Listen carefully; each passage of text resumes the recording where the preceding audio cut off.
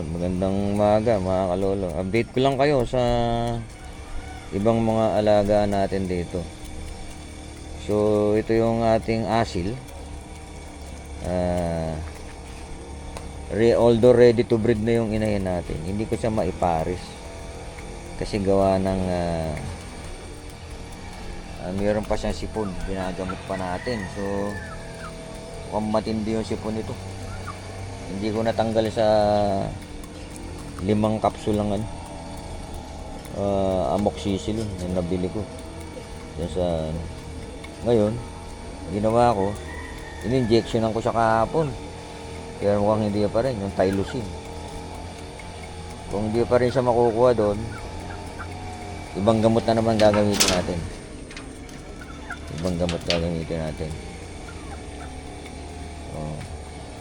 Baka kulang lang dosage ko, kaso baka pag sinobrahan ko baka matigok naman yun.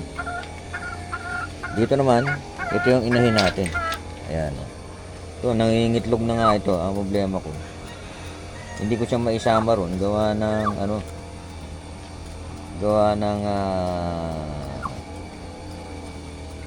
yung tawag dito, baka mahawa siya sa sipon kasi yun nagkasipon na yata ito.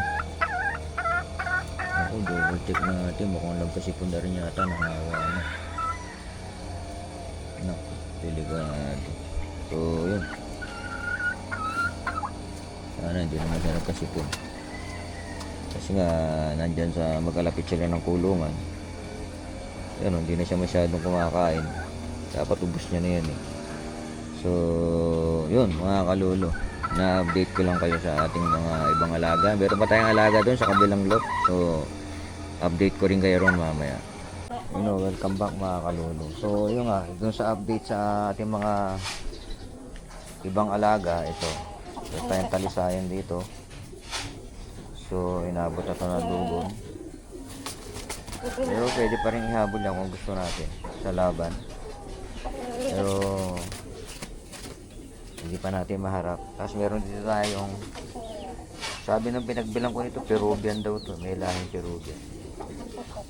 Sobrang laki niya, laki ang katawan niya, Peruvian.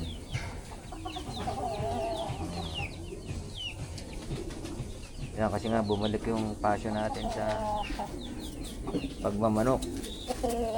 Dahil nga, bakit bumalik? Kasi nga na-influensyan ulit tayo ng ating mga kapatid, kasi 4 kami magkakapatid na nagsasabong. So ito naman yung iba. Ito naman yung aking gagawing broodcock.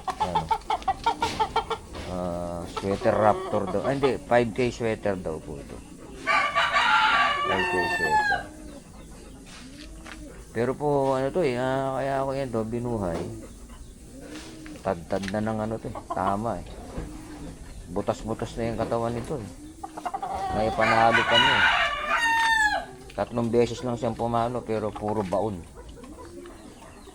Basta 3 beses niya na baonan yung kalaban, kahit na pagka pumapalo siya, baon sa katawan ng kalaban. Kaya nagustuhan ko itong tandang na to. So plano kong gawin broodcock. Paano kung ba ng broodcock? Ayan, pero hindi pa naman breeding season ng mga panabo ngayon Ewan ko lang, yung Genesis, hindi ko alam yung format ng Genesis Hindi naman tayo sa ngayon hindi naman tayo maramihan mag-breed. So yun lang, kasi nabalik yung paso natin. So yun Ayan. Yan yung ating mga game fowl, mga manok. So meron din tayong alaga rito yung aming si Luna, pure Labrador. Tama, pure Labrador. Ayan. Yan. Luna, nakakulong ka ngayon, napatid yung niya. At siyempre meron pa ako ibang alaga rito. Ito yung aking mga gutom na sila yung Rhode Island Red. Gagawin ko silang taga ano eh, taga ano, pero ayaw nilang kainin yung mga ano, yung malalaking ano eh, buto. Siguro baka maliit pa sila, kaya ayaw nila kainin. So kaya feeds pa yung binibigay ko sa kanila. So yun. Yun mga kalolo. So yan ang update sa ibang alaga natin mga kalolo. So yun, maraming salamat sa panonood.